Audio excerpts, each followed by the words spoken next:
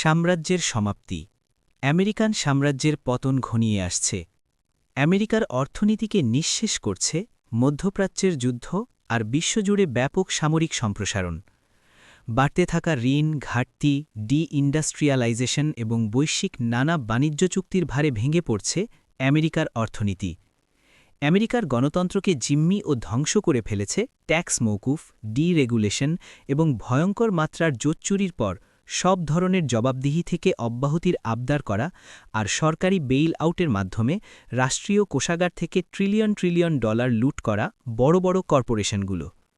Europe, Latin America, Asia এবং আফ্রিকার দেশগুলোকে দিয়ে নিজেদের কাজ করিয়ে নেয়ার জন্য যে ন্যূনতম সম্মান ও শ্রদ্ধা পাওয়া দরকার, জাতি হিসেবে অনেক আগেই সেটা হারিয়েছে আমেরিকা। এ সব কিছুর সাথে যোগ করুন জলবায়ু পরিবর্তনের ফলে ঘনিয়ে আসা বিপর্যয়।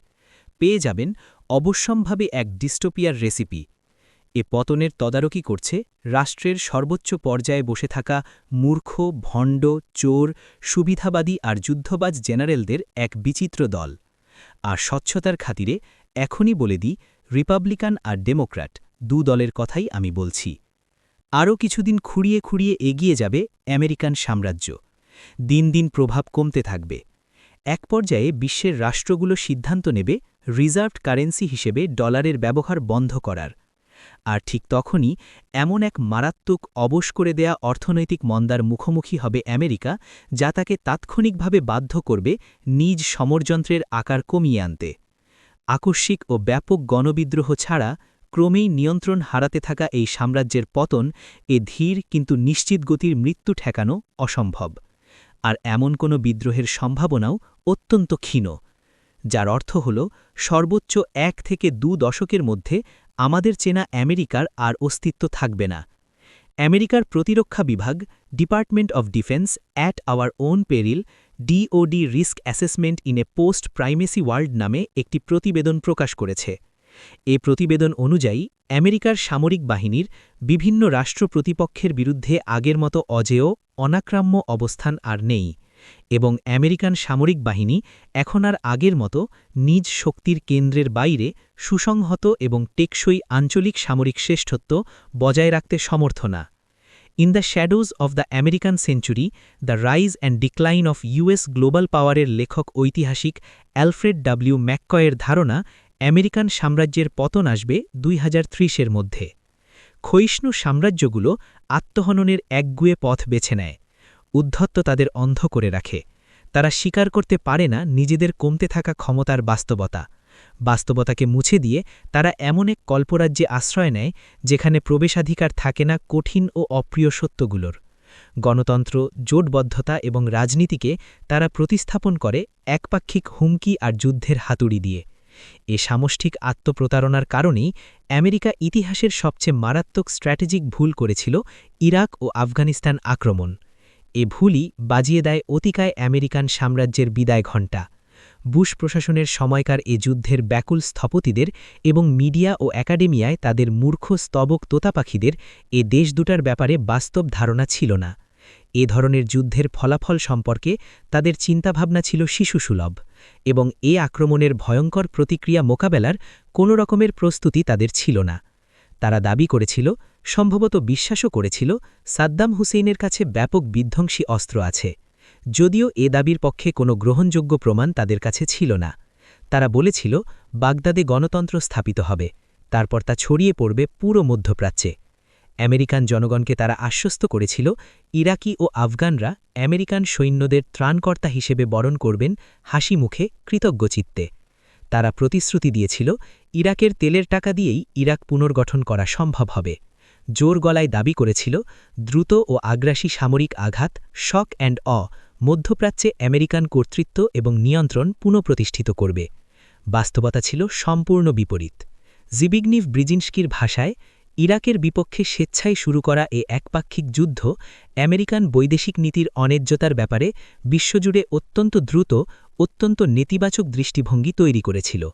সাম্রাজ্যের অন্তিম পর্যায়ে ঘটা এসব সামরিক কেলেঙ্কারিকে ঐতিহাসিকরা বলেন মাইক্রো মিলিটারিজম। অ্যাথেন্সবাসী মাইক্রো মিলিটারিজমের পথে হেঁটেছিল, লিপ্ত হয়েছিল পেলোপোনেশিয়ান যুদ্ধের সময় সিসিলি আক্রমণের মাধ্যমে। এর ফলে তারা হারিয়েছিল ২০০ জাহাজ ও হাজার হাজার সেনা। এ ঘটনা ছিল স্ফুলিঙ্গের মতো, যা পুরো সাম্রাজ্য জুড়ে জ্বালিয়ে দিয়েছিল বিদ্রোহের দাবানল। ১৯৫৬ সালে সুয়েজ প্রণালীর জাতীয়করণকে কেন্দ্র করে শুরু হওয়া দ্বন্দ্বের জের ধরে মিশর আক্রমণ করেছিল একই ধরনের ভুল ব্রিটেন। আক্রমণের অল্প কিছুদিন পরই অপমানিত ব্রিটেন পিছু হটতে বাধ্য হয়েছিল। এ ঘটনার ফলে আরব জুড়ে পাকাপোক্ত হয়েছিল জামাল আবদুল নাসেরের মতো জাতীয়তাবাদী নেতাদের অবস্থান। যে কটি অবশিষ্ট উপনিবেশের ওপর তখনও ব্রিটেনের কর্তৃত্ব টিকেছিল, এ ঘটনার পর তারা হারায় সেগুলোর নিয়ন্ত্রণও। এথেন্স বা ব্রিটেন কেউই এ ভুলগুলোর পর ঘুরে দাঁড়াতে পারেনি। ম্যাকয়ের মতে সামরিক শক্তি প্রয়োগ, দখলদারিত্ব ও দূরবর্তী উপনিবেশ নিয়ন্ত্রণের ব্যাপারে উদীয়মান সাম্রাজ্যগুলো বিচক্ষণতা, দূরদৃষ্টি ও যৌক্তিক চিন্তার পরিচয় দেয়। অন্যদিকে ম্লান হয়ে যাওয়া পতনোন্মুখ সাম্রাজ্যগুলোর ঝোঁক থাকে শক্তি প্রদর্শনের হঠকারী পদক্ষেপ আর কাল্পনিক কোনো সামরিক মহাকৌশলের মাধ্যমে এক ধাক্কায় হারানো সম্মান ও শক্তি ফিরে পাবার আকাশকুসুম স্বপ্নের দিকে। অধিকাংশ সময়ই অযৌক্তিক এসব মাইক্রো মিলিটারি অভিযান আর যুদ্ধের খরচ যোগাতে গিয়ে ক্রমেই নিঃশেষিত হতে থাকে সাম্রাজ্যের সম্পদ, অথবা তারা লজ্জাজনকভাবে পরাজিত হয়, যা আরও ত্বরান্বিত করে ইতিমধ্যে শুরু হয়ে যাওয়া পতনের প্রক্রিয়াকে। অন্যান্য জাতিগুলোকে নিয়ন্ত্রণের জন্য শক্তিই যথেষ্ট না, সাম্রাজ্যগুলোর আরও বেশি কিছুর প্রয়োজন হয়, এক ধরনের মিস্টিক, এমন কিছু যা আড়াল করে রাখবে সাম্রাজ্যবাদী লুটপাট, শোষণ ও নিপীড়নকে, এমন কোনো উপনিবেশের বোকা নেটিভ অভিজাতদের প্রলুব্ধ করবে সাম্রাজ্যবাদের জন্য কাজ করতে, অথবা কমসে কম তাদের নিষ্ক্রিয় করে রাখবে। আর যেসব জনগণ ও সেনাদের পয়সা ও রক্ত দিয়ে সাম্রাজ্য গড়ে ওঠে, এই মিস্টিক তাদের সামনে সাম্রাজ্যবাদী আগ্রাসনকে উপস্থাপন করবে সভ্যতা, এমনকি মাহাত্ম্যের প্রলেপ দিয়ে। কেন্দ্রের আদলে উপনিবেশগুলোতে ব্রিটিশ সংসদীয় গণতন্ত্রের আপাত প্রতিষ্ঠা, পোলো, ক্রিকেট আর ঘোড়া দৌড়ের মতো বিভিন্ন ব্রিটিশ খেলার আমদানি, জাঁকজমকপূর্ণ পোশাকের রাজপ্রতিনিধি আর মহাসাড়ম্বরে রাজবংশীয়দের প্রদর্শনী, এ সবকিছুই ছিল ওই মিস্টিক, যা ব্রিটিশ সাম্রাজ্যবাদীদের অজেয় নেভি ও সামরিক বাহিনীর পরিপূরক হিসেবে কাজ করত। ১৮১৫ থেকে ১৯১৪ পর্যন্ত ইংল্যান্ড নিজের সাম্রাজ্য ধরে রাখতে সক্ষম হয়েছিল। তারপর সে বাধ্য হয় বিশ্বমঞ্চ থেকে নিয়মিত পশ্চাদপসরণে। গণতন্ত্র, মুক্তি আর সাম্য নিয়ে আমেরিকার গালভরা বুলি, পাশাপাশি বাস্কেটবল, বেসবল আর হলিউডে আমেরিকার সামরিক বাহিনীকে পূজনীয়, অজেয়, অপ্রতিদ্বন্দ্বী প্রায় ঐশ্বরিক এক শক্তি হিসেবে উপস্থাপন, এ সবকিছুই দ্বিতীয় বিশ্বযুদ্ধের পর মুগ্ধ কিংবা আতঙ্কিত করে রেখেছিল বিশ্বকে। কিন্তু পর্দার আড়ালে আমেরিকান সাম্রাজ্যের প্রসার ঘটেছিল মার্কিন সমর্থিত অভ্যুত্থান, সাজানো নির্বাচন, রাজনৈতিক হত্যাকাণ্ড, প্রোপাগান্ডা ক্যাম্পেইন, ঘুষ, ব্ল্যাকমেইল, হুমকি ও নির্যাতনের মতো সিআইএর নানান নোংরা কৌশলে। কিন্তু এসব কূটকৌশল এখন আর কাজ করছে না। আমেরিকা তার মিস্টিক হারিয়েছে। এ অপূরণীয় ক্ষতি তাকে প্রায় অক্ষমে পরিণত করেছে। ফলে কঠিন হয়ে গেছে সাম্রাজ্যের দেখাশোনার জন্য দালাল খুঁজে পাওয়া, যেমনটা আমরা ইরাক ও আফগানিস্তানে দেখছি। আবু ঘুরাইবে আরব পন্থীদের উপর চালানো শারীরিক ও যৌন নির্যাতনের ছবি মুসলিম বিশ্বে প্রতিশোধের আগুন জ্বালিয়ে দিয়েছে এবং আল কায়দা ও আইএসের জন্য যোগান দিয়েছে অসংখ্য নতুন সদস্য। ওসামা বিন লাদেন ও মার্কিন নাগরিক আনোয়ার আল আওলাকি সহ বিভিন্ন জিহাদি নেতার রাষ্ট্রীয় পৃষ্ঠপোষকতায় গুপ্ত হত্যা আমেরিকার প্রচারিত আইনের শাসন, হ্যাবিয়াস কর্পাসের পুরো ধারণাকেই উপহাসে পরিণত করেছে, হাস্যাস্পদ করে তুলেছে আমেরিকার আইনের শাসনের বুলিকে। লক্ষ লক্ষ মৃতদেহ আমেরিকার ব্যর্থ সামরিক আগ্রাসনের পরিণতি থেকে পালাতে বেপরোয়া লক্ষ লক্ষ আরব রিফিউজি আর ড্রোন হামলার প্রায় নিরবিচ্ছিন্ন হুমকি প্রকাশ করে দিয়েছে সন্ত্রাসী রাষ্ট্র হিসেবে আমেরিকার আসল চেহারা। ব্যাপক নৃশংসতা, নির্বিচার সহিংসতা, মিথ্যা ও বুদ্ধি প্রতিবন্ধীর মতো হিসেবের গরমিলি যে আসক্তি ভিয়েতনামে আমেরিকান সেনাবাহিনীর পরাজয়ের কারণ হয়েছিল, তা মধ্যপ্রাচ্যে পুনরাবৃত্তি করা হয়েছে। দেশের বাইরে চালানো এর নৃশংসতার সাথে পাল্লা দিয়ে বাড়ছে দেশের ভিতরেও সহিংসতা। সামরিকায়িত এক পুলিশ বাহিনী নিয়মিত গুলি করে হত্যা করছে নিরস্ত্র, পরিব এবং অধিকাংশ ক্ষেত্রে অশ্বেতাঙ্গ নাগরিকদের। বৈশ্বিক জনসংখ্যার মাত্র ৫% হওয়ার পরও আমেরিকার কারাগারগুলোতে আবদ্ধ পুরো পৃথিবীর মোট বন্দীদের ২৫%। আমেরিকার অনেক শহর ধ্বংস হয়ে গেছে, গণপরিবহন ব্যবস্থায় বিরাজ করছে ব্যাপক বিশৃঙ্খলা, অবনতি হচ্ছে মার্কিন শিক্ষা ব্যবস্থার এবং শিক্ষা ব্যবস্থাকে প্রাইভেটাইজ করা হচ্ছে। অপিওয়েড আসক্তি, আত্মহত্যা, বন্দুকধারীদের চালানো গণহত্যা, ডিপ্রেশন এবং বিভৎস স্থূলতা আজ প্লেগের মতো জেঁকে বসেছে প্রগাঢ় হতাশার অন্ধকূপে আটকে যাওয়া এক জনগোষ্ঠীর ওপর।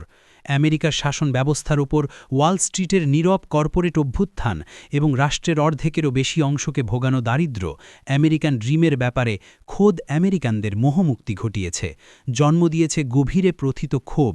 এই প্রতিক্রিয়া একদিকে নির্বাচনে বিজয়ী করেছে ট্রাম্পকে, অন্যদিকে ভেঙে দিয়েছে আমেরিকার একটি কার্যকরী গণতন্ত্র হবার মিথ্যে ধারণা। আমেরিকার প্রেসিডেন্টের টুইট এবং বক্তব্যগুলো ঘৃণা, বর্ণবাদ, গোঁড়ামিতে পরিপূর্ণ, দুর্বল ও অসহায়দের প্রতি ব্যঙ্গ বিদ্রুপে ভরা। এই প্রেসিডেন্ট জাতিসংঘের অধিবেশনে সরাসরি হুমকি দিয়েছে একটি রাষ্ট্রকে পৃথিবীর বুক থেকে মুছে ফেলার এবং একটি জাতির ওপর গণহত্যা চালানোর। আমেরিকা এখন বিশ্বজুড়ে উপহাস ও ঘৃণার পাত্র। অন্ধকার ভবিষ্যতের পূর্বাভাস দিচ্ছে একের পর এক ডিস্টোপিয়ান সিনেমা। হলিউড আজ আর আমেরিকার মাহাত্ম্যের কথা বলে না, আমেরিকার বিশেষত্বের কথা বলে না, আওড়ায় না মানবজাতির উন্নতির মুখস্থ মিথ্যে বুলি, বরং ছবি আঁকে এক অন্ধকার হতাশাময় ভবিষ্যতের। অ্যালফ্রেড ম্যাকয়ের ভাষায়, শ্রেষ্ঠ বৈশ্বিক শক্তি হিসেবে আমেরিকার মৃত্যু আমাদের ধারণার চেয়েও অনেক দ্রুত হতে পারে। যদিও সাম্রাজ্যগুলোর অসীম শক্তিধর বা অজেয় হবার একটা ধারণা প্রচলিত থাকে, কিন্তু আসলে অধিকাংশ ক্ষেত্রেই সাম্রাজ্যগুলো হয় বিস্ময়কর রকমের ভঙ্গুর।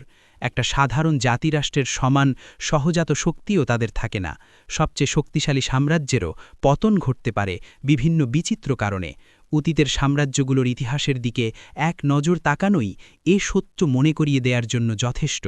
তবে সাধারণত প্রধান অথবা প্রাথমিক ফ্যাক্টর হিসেবে কাজ করে রাজস্ব এবং অর্থনৈতিক চাপ। প্রায় 2 শতাব্দী ধরে অধিকাংশ স্থিতিশীল রাষ্ট্রের মূল লক্ষ্য ছিল স্বদেশের নিরাপত্তা ও সমৃদ্ধি অর্জন এবং তা বজায় রাখা। বৈদেশিক বা সাম্রাজ্যবাদী আগ্রাসন ছিল অপশনাল। এর পেছনে বাজেটের 5% বেশি ব্যয় করা হতো না। কিন্তু একটি সার্বভৌম রাষ্ট্রে প্রায় প্রাকৃতিকভাবে যে অর্থায়নের উদ্ভব ঘটে, সাম্রাজ্যগুলোর ক্ষেত্রে সেটা ঘটে না। তাই যে কোনো মূল্যে লুটপাট অথবা মুনাফার জন্য বুভুক্ষু শিকারীর মতো আচরণ করে সাম্রাজ্যগুলো। অ্যাটলান্টিক দাস ব্যবসা, কঙ্গোতে বেলজিয়ামের রাবার লালসা, ব্রিটেনের ভারতীয় আফিম বাণিজ্য, তৃতীয় রাইখের হাতে ইউরোপের ধর্ষণ অথবা সোভিয়েত ইউনিয়নের দ্বারা পূর্ব ইউরোপের শোষণ, সাম্রাজ্যবাদ এমন আচরণের জন্য কুখ্যাত। কিন্তু যখন রাজস্ব প্রবাহ শুকিয়ে আসে কিংবা থেমে যায়, ম্যাকয়ের রোতে অতিকায় সাম্রাজ্যগুলো ভঙ্গুর হয়ে পড়ে। সাম্রাজ্যগুলোর ক্ষমতার বলয় এতটাই দুর্বল যে আসল বিপদ এলে তাদের পতন ঘটে অভাবনীয় দ্রুততার সাথে। পর্তুগালের সময় লেগেছিল মাত্র 1 বছর, সোভিয়েত ইউনিয়নের লেগেছিল 2 বছর, ফ্রান্সের 8 বছর, অটোমানদের 11 বছর, গ্রেট ব্রিটেনের 17 বছর এবং খুব সম্ভবত আমেরিকার জন্য সময়টা হল 2003-এর ইরাক আক্রমণ থেকে করে 27 বছর। শুরু ইতিহাস থেকে মোটমাট 69টি সাম্রাজ্যের অস্তিত্বের কথা জানতে পাওয়া যায়। কোনোটি পতনের সময় যোগ্য নেতৃত্ব পায়নি, বরং পতনের কালে ক্ষমতা গেছে রোমান সম্রাট ক্যালিগুলা অথবা নিরোর মতো বিকৃত পশুদের কাছে। আমরা হয়তো এখন আমেরিকায় বিকৃত, অসুস্থ, গলাবাজ নেতাদের কাছে শাসন কর্তৃত্ব যাবার এ প্রক্রিয়ারই বাস্তবায়ন দেখছি। ম্যাকয়ের মতে অধিকাংশ আমেরিকান 2020-এর দশককে মনে করবে সেই একই বেতন দিয়ে, হতাশাজনক মনোবল ভেঙে দেয়া মূল্যস্ফীতির বাজারের মুখোমুখি হওয়া আর ম্লান হয়ে যাওয়া আন্তর্জাতিক প্রভাবের জন্য। বৈশ্বিক রিজার্ভ কারেন্সি হিসেবে ডলারকে বাদ দেয়া হলে আর ডলার ছাপিয়ে ঋণ আর বাজেট ঘাটতি মেটাতে পারবে না আমেরিকা।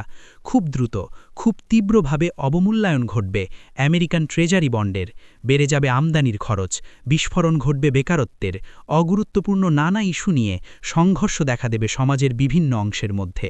ফলে উত্থান ঘটবে বিপজ্জনক কট্টর জাতীয়তাবাদের, যা জন্ম দিতে পারে আমেরিকান ফ্যাসিজমের। পতনের যুগেও সন্দেহবাতিক, বিচ্ছিন্ন, অপমানিত, নিন্দিত অভিজাত শ্রেণী প্রতিটি বাঁকে খুঁজে পাবে শত্রু। পাইকারি নজরদারি, নাগরিক স্বাধীনতার ধ্বংস, নর্জনার সুখ্যাতি সূক্ষ্ম পদ্ধতি, সামরিকায়িত পুলিশ, হাজার হাজার মিলিটারি ড্রোন আর স্যাটেলাইট, বৈশ্বিক কর্তৃত্বের জন্য গড়ে তোলা এসব যন্ত্রপাতি এবার ব্যবহার করা হবে নিজ দেশে। সাম্রাজ্য ধসে পড়বে, আমেরিকা নিজেকেই গ্রাস করবে। কর্পোরেট রাষ্ট্রের শাসকদের হাত থেকে ক্ষমতা ছিনিয়ে না নিলে আমাদের জীবদ্দশাতেই তা ঘটবে।